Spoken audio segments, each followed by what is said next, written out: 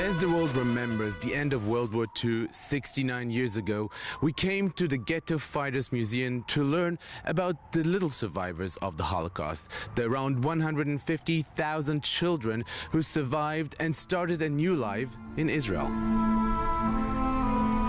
The manager of the Children's Holocaust Museum, Yad Layeled, Anat Carmel, has come up with new ways to teach the kids of today about the atrocities by reenacting of the now deceased survivors' testimonies through actors live in front of the visitors at the museum. I'm very hopeful that we can continue to memory the Holocaust, to teach the Holocaust. As we have in our website, testimony, we have in all these 18 years, we do drama and monologues.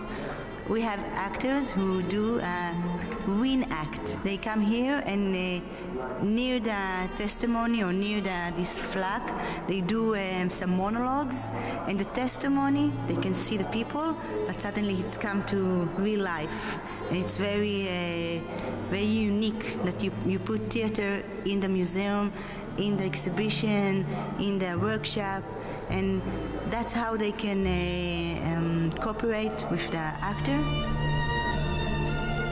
Telling the story to the future generations has become her life's mission, says Madene Shachar, who is one of the educators at the museum.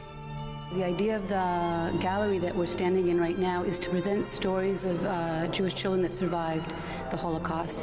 And the twist that you're talking about is actually looking at the children the day after World War II ends, after the liberation, when everyone has this feeling that, okay, now everything is going to go back to being okay. And suddenly we realized that many, many children were orphaned, children that went into hiding that didn't know where their families were, and many children didn't even know their own identity. And so we try to deal with that subject through the prism of children's homes that were created immediately after the war.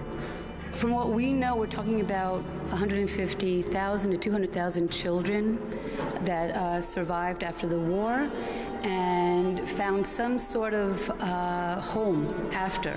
I think the biggest shock, and we hear this from many survivors that were young, is that they discovered that they didn't have a family anymore. And I think that during the Holocaust, children will be children, and they had this hope that they would find their parents, they would find their families again.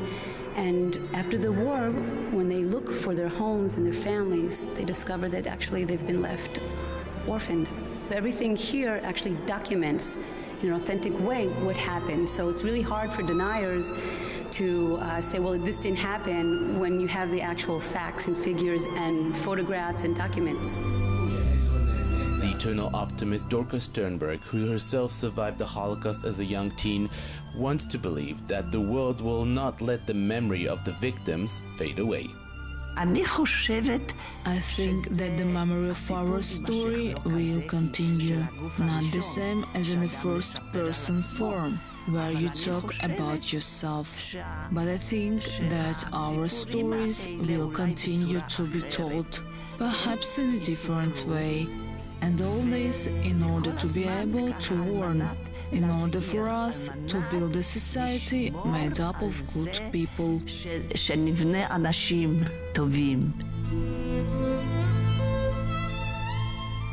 And as the survivors pass away, it is crucial that exhibits like this will continue to teach the new generations about the atrocities of the Nazis, so that something as vicious as the Holocaust will never happen again. For JN1, I'm Jacobsohn at Kibbutz Lochomei HaGetaot in northern Israel.